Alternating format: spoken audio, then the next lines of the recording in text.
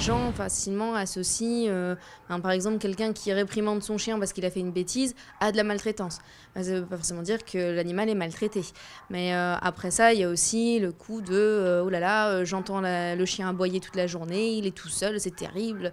Bah oui, mais après, ça ne veut pas dire que le chien est tout seul complètement tous les jours et que personne ne le nourrit. Donc il faut effectivement trouver un certain équilibre. Alors nous, on a l'habitude aussi des petites querelles de voisinage. Également, mon voisin, il laisse son chien dans le jardin. Ça ne veut pas forcément dire que c'est mal. Après, il y a pas mal de choses qui rentrent en compte. Si l'animal, il est bien nourri, si l'animal, il a de l'eau, évidemment, à disposition, si il est malade ou blessé et que les gens font les soins vétérinaires, tout ça, il n'y a pas de souci techniquement.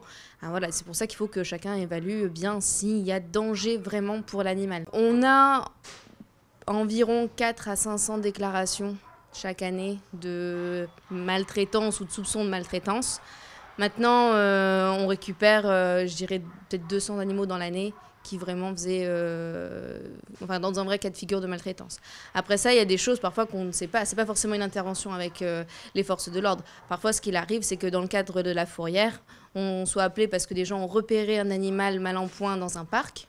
On arrive, l'animal est mal en point, effectivement, il peut être blessé, il peut avoir le poil très abîmé, très apeuré. Et on se dit qu'effectivement, cet animal a été maltraité, mais c'est pas entré dans le cadre d'une enquête de maltraitance. Mais on se doute bien qu'il y a eu maltraitance. Alors surtout, on rentre pas sur la propriété de quelqu'un, on se met pas en danger.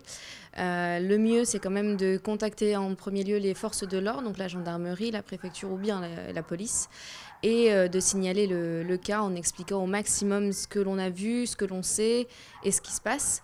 Ensuite, ce qui est bien, c'est de contacter une association de protection animale la plus proche, idéalement, ou la fourrière. Et pourquoi pas également les services vétérinaires de la Direction départementale de protection des populations, la DDPP.